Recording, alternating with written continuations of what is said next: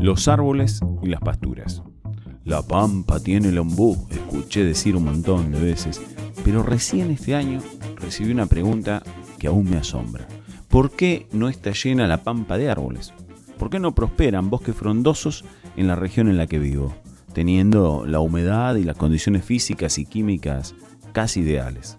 Sépase que cuando digo la pampa me refiero a la región y no a la provincia que lleva ese nombre. Tan obvia como sorprendente fue la respuesta al escuchar que son las pasturas las que no los dejan crecer. La mejor tierra del mundo, tal como la llaman, favorece a las especies de rápido crecimiento, que son las que impiden el desarrollo de las que son más lentas. Muchas personas de campo sospechan que son los animales que comen todo, tanto árbol como pastura, pero la explicación de la velocidad de desarrollo es lo que lo explica con mucho más precisión y justicia. Los árboles requieren más cuidados durante más tiempo y su desarrollo es más lento. Tardan en ser aprovechados y aunque a veces dan frutos o beneficios que las pasturas no pueden, tienen ciclos más largos y quizá por eso no resulte tan conveniente para las inversiones urgentes, si es que se lo ve como un mero hecho económico o financiero. Más allá de la belleza de estos ejemplares escasos en la enorme extensión de tierras de la zona pampeana, han sido solo fotografiados por algunas personas interesadas en la fotografía con mayores o menores resultados. Y antes de recomendarlo como ejercicio de observación, de geometría, de manejo del tono y el color, que ya es un clásico para estudiantes avanzados, prefiero cotejarlo con la similitud que observo con los estudiantes que se preparan más o menos tiempo, en mejores o peores condiciones, y con mayores o menores intenciones de obtención de beneficio inmediato o distante. No es por ánimo de juzgar, me parece una metáfora inevitable que alguna vez, gracias a un estudiante, pude aprender. Este hombre era algo mayor que yo y venía a Mar del Plata a cursar desde su ciudad a unos 200 kilómetros de aquí.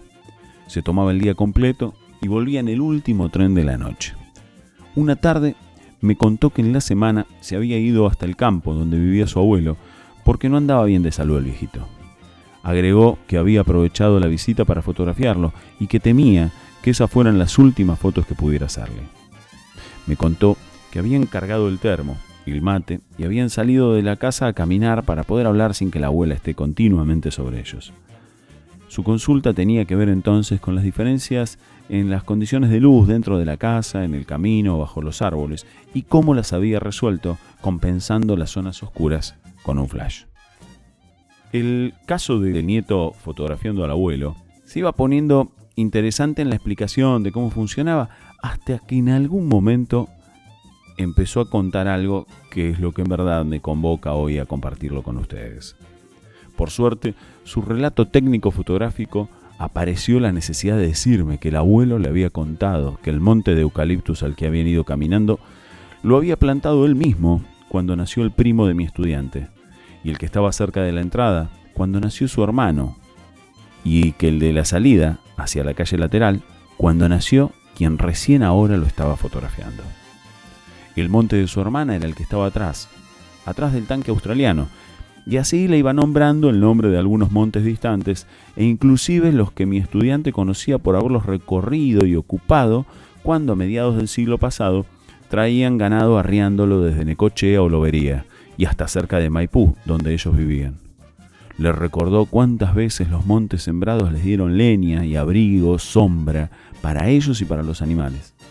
Enumeró el viejo, con extraña y aceitada memoria, una lista de nombres de personas que identificaban a cada monte sembrado y le agregó que esos nombres son de quienes los plantó o en nombre de quien se habían plantado.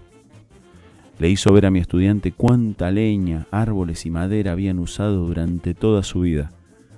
El abuelo hizo una pausa para tomar mate y tras ella le preguntó: ¿y vos cuántos plantaste?